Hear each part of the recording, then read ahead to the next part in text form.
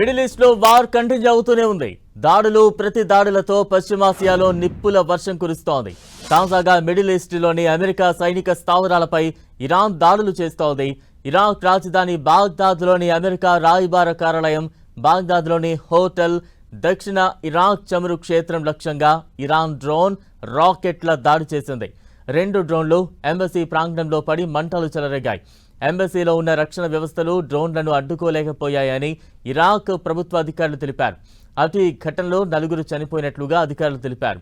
మరోవైపు ఇరాన్ రాజధాని టెహ్రాన్పై భారీ దాడులు చేస్తున్నామని ఇజ్రాయెల్ తెలిపింది. సైనిక మౌలిక సదుపాయాలు సహా కార్యాలయాల లక్ష్యంగా దాడులు చేస్తున్నామంటూ వెల్లడించింది. Iran revolutionary guard corps navy ప్రధాన కార్యాలయాన్ని ధ్వంసం చేసినట్లు ఐడిఎఫ్ పేర్కొంది. అటు ఇరాన్ దాడులతో యూఏఈలోని మరో చమురు కేంద్రం మూసేశారు.